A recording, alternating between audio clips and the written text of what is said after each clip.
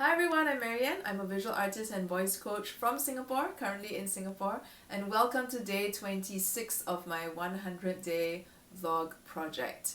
So this is a vlog series about pursuing your passion, following your heart, following your dreams, making them come true, living a worthy purpose, finding meaning in your life, maybe something about the creative process and artist journey as well.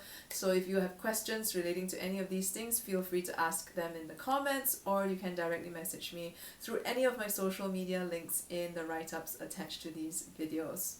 So yesterday, day 25, a milestone video because that's the 1/4 mark for this vlog series, yay! I talked about how, we are each on our own path and it is up to us to figure out what that path is, and nobody else can tell you how to live your life.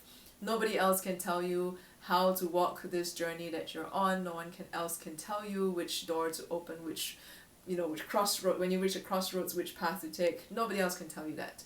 Only you can decide that for yourself. So I think, we live in a world where we're constantly surrounded by noise, right? Like the internet is one culprit, I would say. There's news everywhere, there's social media, there's people, going on social media saying that this is the way you're supposed to live, like the so-called influencers, who honestly, when you look at their social media accounts, their photos kind of all look the same. So it's very easy to get distracted into thinking that that is the ideal life that we're supposed to have.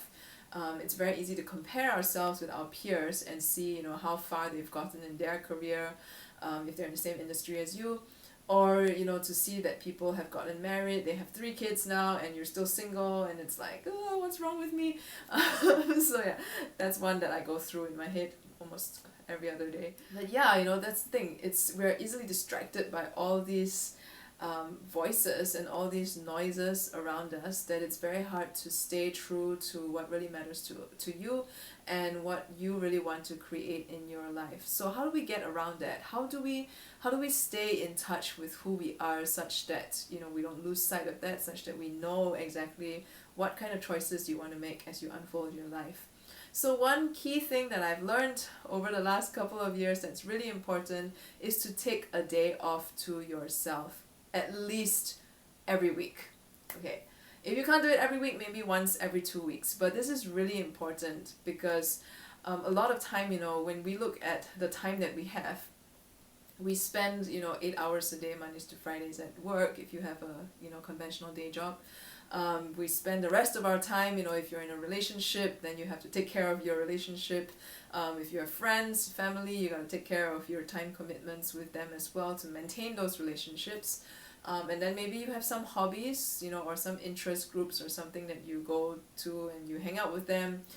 And then the time that we actually have for ourselves, what do we do with it? We end up going on Netflix and binge watching something. We end up playing computer games.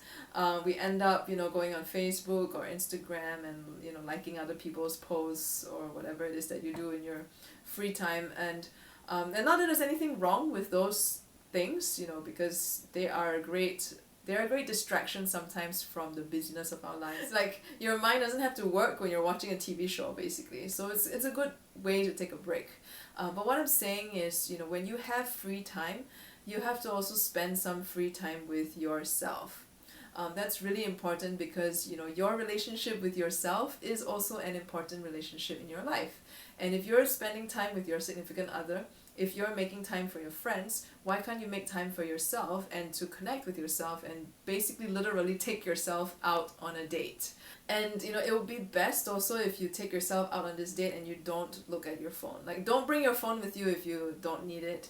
If you do need it in case of emergencies or something, just turn it to airplane mode and check it every hour or so, but refrain from trying to reply all those messages, because that is your time for yourself, and it's important to set that time and to really make full use of it to connect to what really matters to you. So Julia Cameron, the author of The Artist's Way, in her book, basically The Artist's Way is like a 12-step program for artists to reconnect to their artistic side and their creativity again. And one of the things that an artist does when they do this self-run program, The Artist's Way, is you have to go on an artist date once a week, at least. And an artist date, basically you can do almost anything, right? You can go to an art supply shop and look at art supplies. You can have set yourself a budget of like $10, go to a thrift store and buy like the first 10 things you see and then make something out of it. You can even like do scrapbooking, or like go to a cafe and do some drawing, go sketch some buildings, go for a walk in nature. There's so many things you can do on an artist date, but the key thing is that you have to do it alone, and it has to be something that allows you to connect with yourself. So not like playing video games or watching Netflix that actually takes you away from connecting with yourself. And so yeah, like this is something I've been doing for the last couple of years now, and what I call my me time. Every week I have one day where for a few hours I would go out and I would go to my favorite cafe and I would just park myself there for a few hours, read a book, do some writing or journaling of my own, reflecting over the past week. Sometimes I go for a walk around an area in Singapore that I really like, or if I'm abroad, just go for a walk somewhere which looks nice. And these are really important because, in a world that's so full of noise, basically, we have to find time to connect with ourselves again, because it is only when we do that that we start to really be able to pay attention to the voice inside us that speaks authentically of what really matters to us. The ideas that come during this time are usually a lot more pure because it comes from me and not because somebody else is doing this thing and therefore I feel like I must follow it.